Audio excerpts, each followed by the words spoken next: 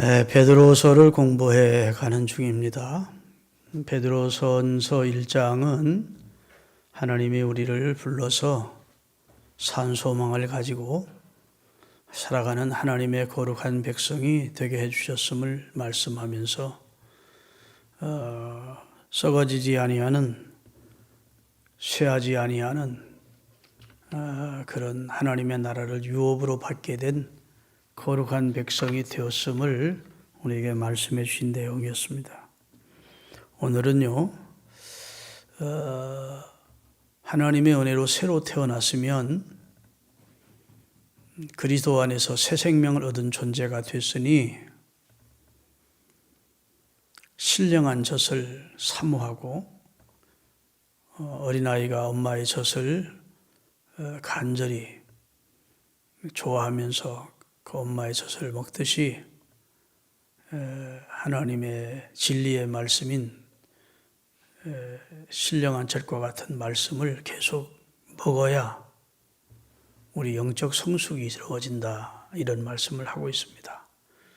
우리가 말씀을 먹지 못하기 때문에 1절처럼 악독, 기만, 외식, 시기, 비방하는 삶을 산다는 겁니다. 신령한 젖을 먹지 못하고 그리스도 안에서 새 생명이 태어나서, 새 생명으로 태어나서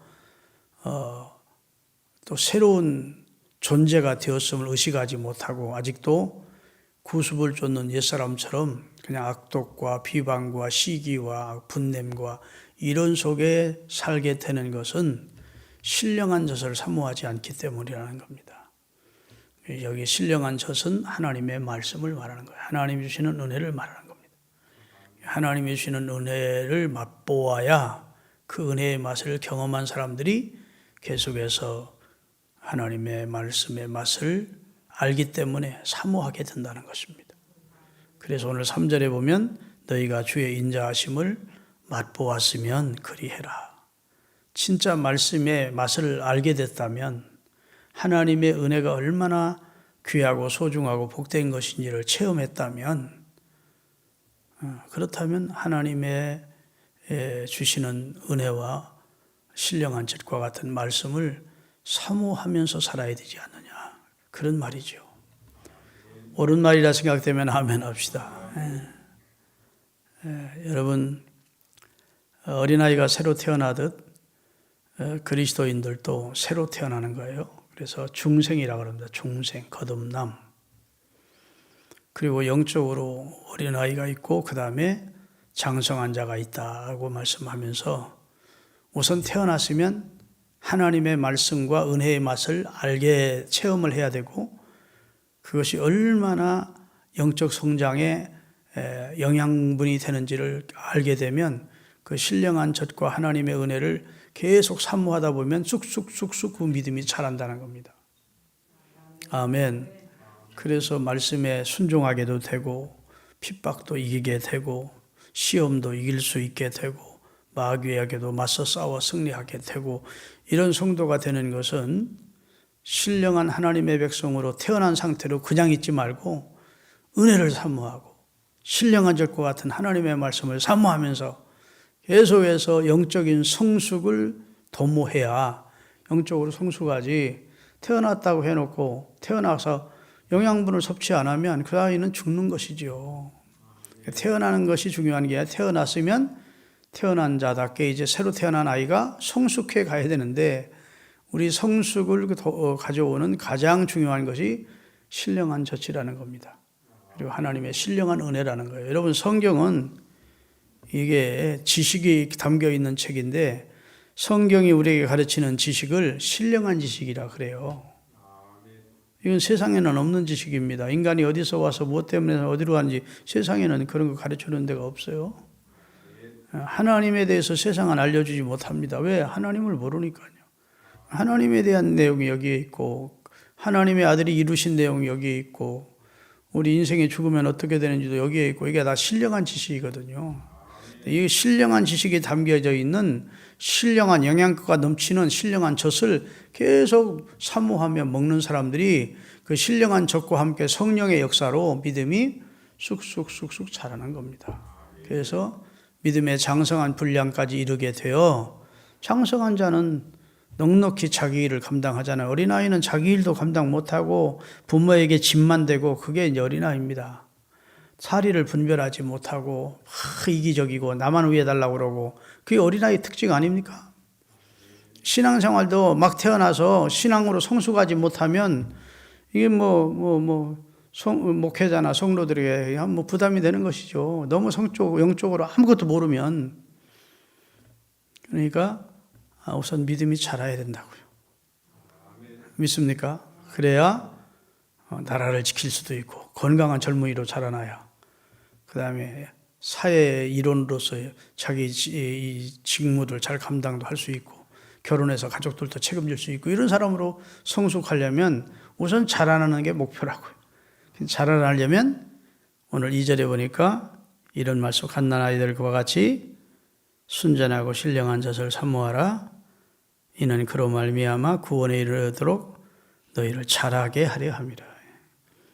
성숙한 그리스도인으로 자라게 하기 때문에 하나님의 말씀을 신령한 젖으로 알고 하나님의 말씀을 사모하시고 송이꿀처럼 달다고 말씀이 느껴져야 되고 목마른 사슴이 시냇물을 갈급히 사모함처럼 하나님의 말씀을 헐떡이면서 먹을 수 있는 아멘 아멘 받고 그럴 때 믿음이 성장한다고요. 여러분의 신앙이 평생 신앙생활하는 분들 가운데 여기 다 앉아 계신데 여러분의 신앙이 어떤 때 가장 많이 성장했는지를 한번 뒤돌아보십시오. 말씀을 헐떡이며 사모할 때 은혜를 사모했을 때 그때 성장한 겁니다. 그런 상태가 지금 아니면 아직도 그냥 그 성장한 상태에 머물러 있지 않으면 반대로 자꾸 퇴보하고 있는 것이죠. 여러분, 우리 영적인 그런 기형적인 그런 신자가 되지 마시고 여하튼 건강한 신자가 되기 위해서 하나님의 말씀을 먹되 하나님의 말씀의 맛을 알아야 돼요. 시편 34편 8절을 띄우십시오. 거기는 맛보라는 내용이 나옵니다. 너희는 여호와의 선하심을 맛보아할지어다. 그에게 피하는 자는 복이 있다. 하나님을 찾고 하나님께 어떤 문제가 있을 때마다 하나님께 피하려고 하는 사람은 그냥 피하려고 하는 게 아니고 하나님의 선하심을 맛보았기 때문입니다. 기도 제목일 때 기도하는 사람은 기도 응답을 체험한 적이 맛본 경험이 있기 때문입니다. 기도하셔도 기도 응답을 맛보지 못한 사람들은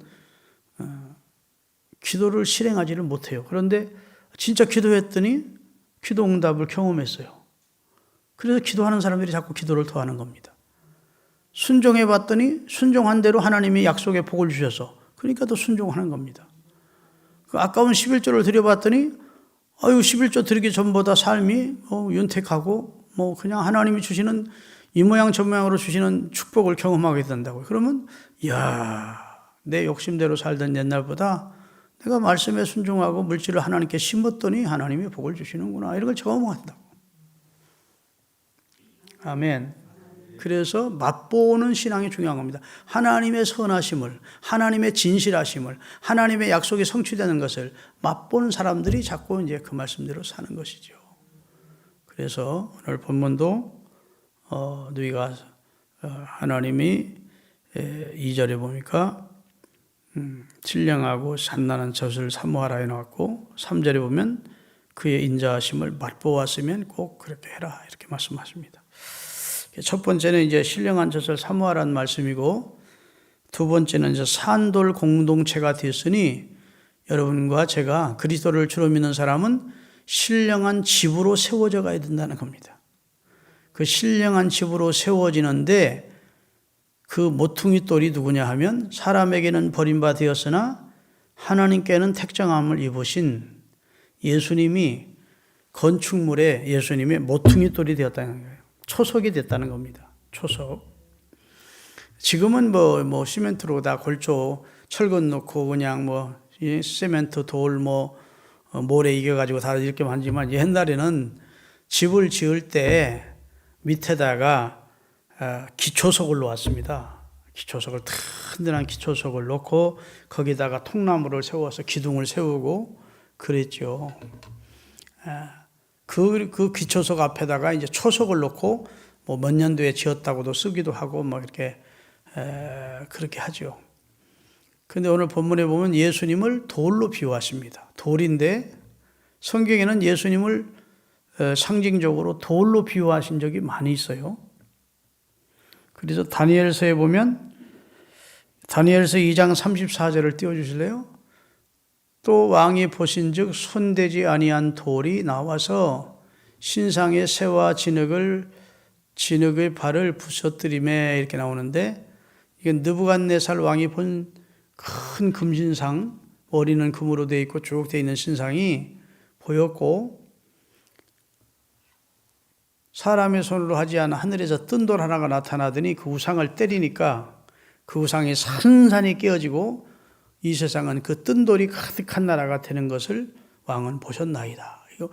왕이 꿈 얘기도 안 했는데 정확히 자기가 본 꿈을 얘기를 하면서 해몽을 하는 겁니다.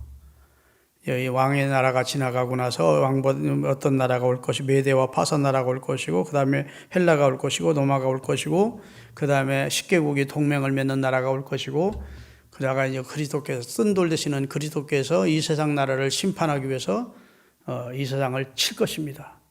그리고 나서 이 세상은 온데간데 없어지고 뜬 돌의 나라, 곧 뜬 돌이 가득한 구원받은 성도들로 가득한 세상으로 이 세상은 마감이 될 것입니다. 이렇게 예언을 풀어주었다고요. 그때 이제 사람의 손으로 하지 아니한 뜬 돌, 하늘에서 뜬 돌이 하나가 나타나다 그것이 이제 그리스도께서 재림하시는 것을 하나님께서 느부갓네살에게 다니엘을 통해서 보여주신 겁니다. 아멘. 마태복음 21장 42절에 보면 예수님은 모퉁이돌이라고 했고 머릿돌이라고 했으며 고린도전서 10장 4절에 보면 예수님은 신령한 반석이라고 했고 반석이 돌이거든요. 그 다음에 오늘 본문 4절도 산돌이라고 했고 오늘 4절 같이 한번 읽겠습니다. 사람에게는 버림받으였으나 하나님께는 택하심을 입은 보배로운 산돌이신 예수께 나아가 사람들은 예수님을 버렸습니다. 자기 민족에게 왔더니 자기 민족 사람들이 예수를 잡아서 로마인에게 넘겨주었고 로마인들이 십자가에 매달아 죽였습니다. 예수님은 이 세상에 오셔서 철저하게 멸시와 천대를 받으셨습니다. 그리고 마지막에는 십자가에 달려 세상 사람들에게 버림받는 그런 능욕과 치욕을 받으시면서 십자가에 달려 죽으셨습니다. 물론 그것이 이제 하나님의 경륜 속에 있는 것이죠. 그 안에서 하나님은 그 아들의 피를 흘리게 하셔서 인류의 죄를 속하는 일을 하나님이 하시지만 여하튼 현상적으로 보면 예수님은 버림을 받으셨어요. 동족들에게, 이방인들, 당시 사람들에게. 그래서 사람들에게는 버림을 받으셨으나 하나님께는 하나님의 아들인데 택하신 것이죠. 인류의 구원자로 택하심을 받은 산돌이신, 보배로운 산돌이신 예수님께 나가라. 예수님은 그냥 돌이 아니고 보배로운 살아있는 돌이다. 그분께 나오라 해놓고 8절을 다시 띄우세요. 8절, 오늘 본문 8절. 다 같이. 또한 부딪히는 돌과 걸려 넘어지는 바위가 되었다 하느니라. 그러므로 말씀을 순종치 아니함으로 넘어지는 자인이 넘어지나니 이는 그들을 이렇게 정하신 거라 해서 예수님을 부딪히는 돌로 이렇게 묘사를 하기도 했습니다. 또 성경에 보면 예수님을 시온의 모퉁이 돌이라고 말씀하기도 했어요. 그래서 예수 그리스도는 그리스도인에게는 참으로 보배로운 돌이지만 그리스도를 주로 믿지 않는 사람들에게는 버림받은 돌, 거치는 돌 되는 겁니다. 그래서 우리는 부딪히는 돌이 됐고 그들에게는 거치는 돌이 됐다. 예수님이 돌인데 우리는 부딪혀서 생명을 얻게 되고 우리의 육성이 깨지고 아집이 깨지면서 예수님께 생명의 부딪힘이 있어서 우리는 살게 됐고 아멘 좀 하세요. 예수님께 부딪혀야 살아요. 그런데 이방인들이나 불신자들은 예수님을 육으로 부딪혔다는 겁니다. 육으로 알고 육으로 부딪혔기 때문에 그들에게는 예수님이 부딪혀서 자기들을 살리는 돌이라고 생각지 않고 거치는 돌이요, 우리 삶에 아무 필요 없는 걸림돌이고 그렇게 받아들였다는 말씀을 하고 있습니다. 그 내용이요, 로마서 9장 30절부터 33절에 더 자세히 나옵니다. 다 같이 그런즉 우리가 무슨 말을 하리요? 의를 따르지 아니한 이방인들이 의를 얻었으니 곧 믿음에서 난 의요. 의의 법을 따라간 이스라엘은 율법에 이르지 못하였으니 어찌 그러하냐? 이는 그들이 믿음을 의지하지 않고 행위를 의지함이라. 부딪힐 돌에 부딪혔느니라. 기록된 바 보라, 내가 걸림돌과 거치는 바위를 시온에 두나니 그를 믿는 자는 부끄러움을 당하지 아니하리라 함과 같으니라. 자, 잘 들으세요. 이게 굉장히 신비한 내용입니다. 심오한 내용이에요. 자, 이방인들은 자기들이 의로운 자가 아님을 알았습니다. 그리고 의로 이 세상에 오신 예수님을 받아들인 겁니다. 그래서 의에 이르렀대요. 그런데 유대인들은 예수는 배척하고 의의 법이라고 하는 율법을 받아들였대요. 율법으로 의롭다함을 얻고자 했대요. 그런데 율법에 이르지 못했대요. 다시 한번 30절 띄웁니다. 그런즉 우리가 무슨 말 하리요? 의를 따르지 아니한, 의롭게 살지 못한 이방인들, 하나님의 법도 몰랐던 이방인들이 의를 얻었어요. 누구를 통해서? 예수님을 믿음으로 의를 얻었어. 그건 그들의 의가 아니고 예수님을 주로 믿으면 의롭다 해주신다는 주님의 말씀을 믿음으로 의를 얻었대요. 이방인들은. 그런데 여기 의를, 그 다음에 31절은 의의 법을 쫓아간, 그래요. 의의 법을 쫓아가. 의의 법이 뭐예요? 의를 쫓지 않고 의가 되신 예수님을 믿지 않고 의의 법을 쫓아갔대. 예수 필요 없어. 우리는 율법대로 살 거야 하고 의의 법을 따라간 이스라엘은 율법을 다 준행하지 못했기 때문에 의를 얻을 수가 없었대요. 이걸 지금 말씀하는 겁니다. 참 굉장한 내용입니다. 의로움이 없었던 이방인들은 자기가 죄인임을 고백하고 예수를 믿으면 의롭다 해준다니까 회개하고 예수님을 주로 믿어 의롭다함을 얻어 구원을 얻는데, 유대인이라고 스스로 자기들은 선택받은 백성이라고 신앙적으로 자고하고 교만해 있던 유대인들은 예수 필요 없어. 예수가 무슨 하나님의 아들이야. 우리는 그런 구원자 필요 없어. 하나님이 모세를 통해 주신 의의 법이 우리에게 있어. 의의 법을 지켜서 우리는 구원을 얻을까 했다가 율법을 다 준행할 수 없으므로 그들은 의를 얻을 수 없었다는 겁니다. 그래서 육으로 예수님을 육체로 여긴 사람은, 예수님을 신령한 하나님의 사람 메시아로 여기지 않고 육으로 부딪힌 유대인들은 멸망을 당했고, 예수님은 하나님의 의가 되시는 진짜 우리를 구원하시는 분이라고 믿음으로 나와서 영적으로 부딪힌 사람들은, 이방인들은 구원을 얻었다는 겁니다. 그래서 하나님은 똑같은 예수님을 한 돌을 가지고, 예수님 하나의 반석인데 받는 쪽에서는 믿음으로 부딪히면 생명을 얻게 하시고, 예수를 거침돌로 알고 예수님을 배척하면 예수님이 걸림돌이 되어 그들에게 대해서 그들은 심판을 받도록 하나님이 그렇게 정하셨대요. 예수를 통해서 구원이냐 멸망이냐를 하나님이 정하시기 위하여 예수 한 분을 딱 가운데 놓고 와서 믿음으로 부딪히면 살게 하시고 생명을 얻게 하시고 영생을 얻게 하시고, 예수 필요 없어 하고 예수를 짓밟고 예수님을 육으로 부딪히는 사람들은 멸망하도록 하나님이 그렇게 정하셨대요. 오늘 다시 본문 8절에 마지막 정하신 것이라 한 내용을 다시 한번 읽겠습니다. 또 부딪히는 돌과 걸려 넘어지게 하는 바위가 되었다 하였느니라. 그들이 말씀을 순종하지 않으므로 넘어지나니 이는 그렇게 되도록 하나님이 정하신 것이라. 하나님이 십자가를 통해서 구원과 멸망을 정하시듯이 예수 그리스도라는 분이 와서 믿음으로 영적으로 자기가 죄인됨을 깨닫고 와서 믿음으로 부딪히는 사람은 그 교만과 아집이 깨지고 죄악에 깨어지면서 새 생명을 얻고 구원을 얻는 것이고, 제 설교가 어렵습니까? 아주 쉽게 하는 중인데, 믿음으로 부딪히지 않고 예수가 무슨 하나님의 아들이야, 요셉의 아들이지, 목수지, 갈릴리에서 무슨 선한 것이 나겠어. 그러면서 예수를 버림받은 유대인에게는 버림받은 요리라 하잖아요. 우리 자기들의 삶의 걸림돌로 여기고 예수를 짓밟는 그런 사람들은 결국은 의를 얻지 못한다.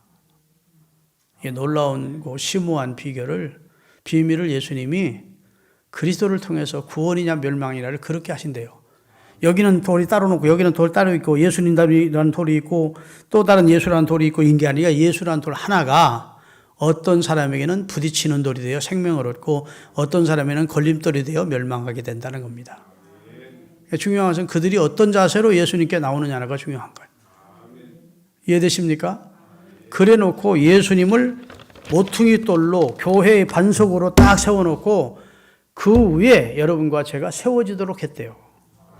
그래서 여러분과 제가 예수 그리스도를 주로 믿게 되면 성도는 개인 홀로 존재하지 않고 그리스도와 연합된 자가 되는 겁니다.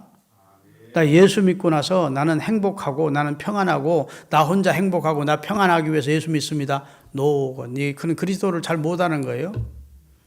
예수 그리스도를 주로 믿으면 그때부터 거룩한 공회 안에 들어와서 거룩한 공회의 일원이 되는 겁니다.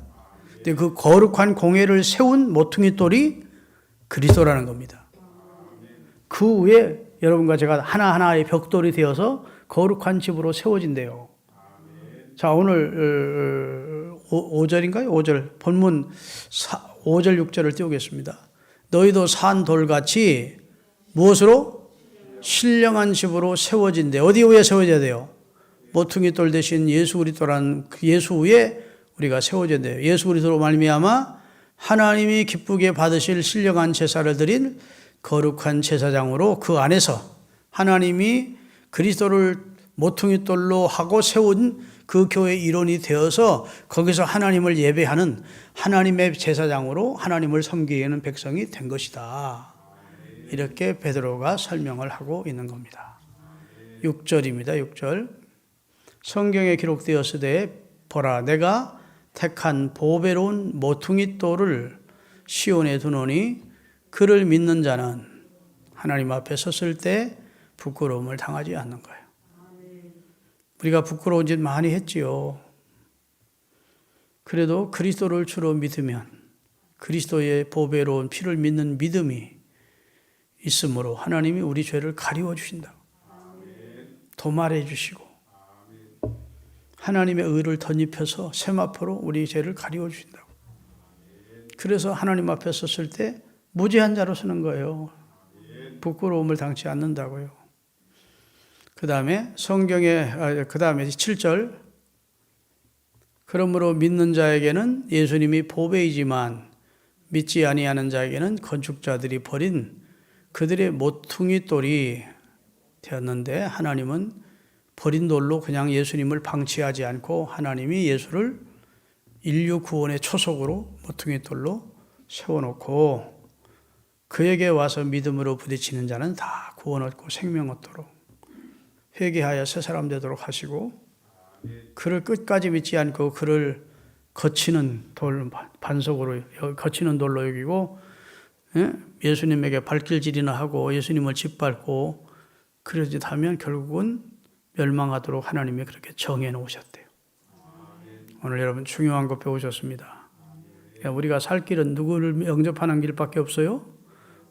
예수를 영접하고 예수님의 말씀인 신령한 젖을 먹으며 예수 그리스도를 기초로 해서 우리가 그 안에서 세워져 가고 그 안에서 하나님을 예배하는 거룩한 다 신령한 대제사장으로 하나님을 섬기다가 하나님 앞에 서야 그게 하나님이 그 아들을 이 땅에 보내신 그 뜻대로 우리가 살다가 구원 얻는 하나님의 축복의 주인공이 되는 겁니다.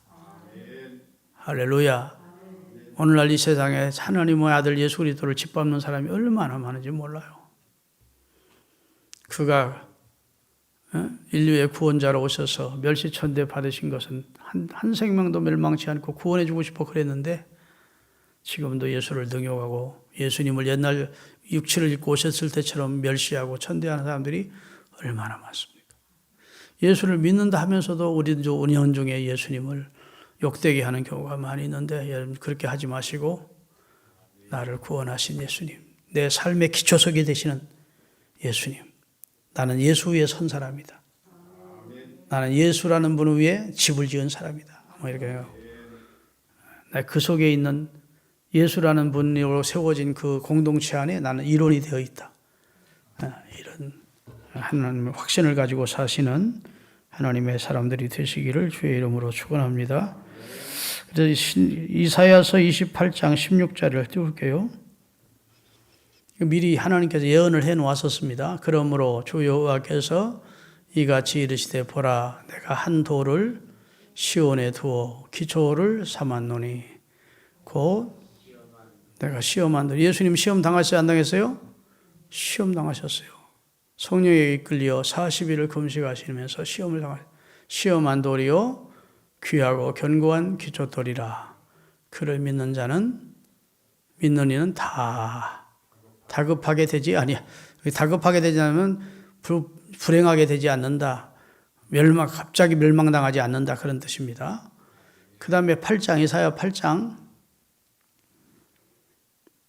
14절 다 같이 그가 성소가 되시리라. 그러나 이스라엘의 두 집에는 걸림돌과 걸려 넘어지는 반석이 되실 것이며 예루살렘 주민에게는 함정과 올무가 되시리니 그 말은 예수를 믿고 구원하는 사람도 많았지만 예수님을 배척하고 멸망당하는 사람도 많게 될 것을 하나님께서 미리 보시고 예언을 해 주신 겁니다. 그러면서 예수님은 지금 하나님이 말씀하실 때에는 당신의 아들이 이 세상에 오셨을 때 절대로 배척하지 말고 믿음으로 그에게 부딪혀서 생명을 얻으라고 미리 이 말씀으로 경고를 하시는 것이었죠. 그런데도 무지한 유대인들은 이 말씀을 몰랐다고요. 그리고 자기들이 구원자로 오신 하나님의 아들을 십자가에 매달아 죽였다고요. 베드로가 오순절날 성령 받고 나서 사도행전 2장에 안진뱅이를 일으키죠. 미문의 안진뱅이를. 그러니까 사람들이 막 담변서부터 안진뱅이에 일어난 기적을 본 그 기적적인 그 광경을 본 사람들과 소리 소문을 들은 사람들이 모여들기 시작했다고. 3,000명이 모였대. 누가 너를 일으켰냐? 저분들이 일으켰다고. 그러니까 베드로와 요한을 가리킨 겁니다. 그러니까 사람들이 막 베드로가 어떤 능력으로 이 안진뱅이를 일으켰느냐. 그러니까 우리가 일으킨 거 아니야. 우리를 주목하지 말라. 너희들이 얼마 전에 십자가에 매달아 죽인 예수를 하나님께서 살리셨고 하나님께서 그가 우리에게 성령을 물붓듯 부어주셨고 우리가 그분의 이름으로 이 아이를 일으킨 거야. 이 사람을. 예수님이 일으킨 거야. 그래서 유대인들이 거기서 충격을 받은 겁니다.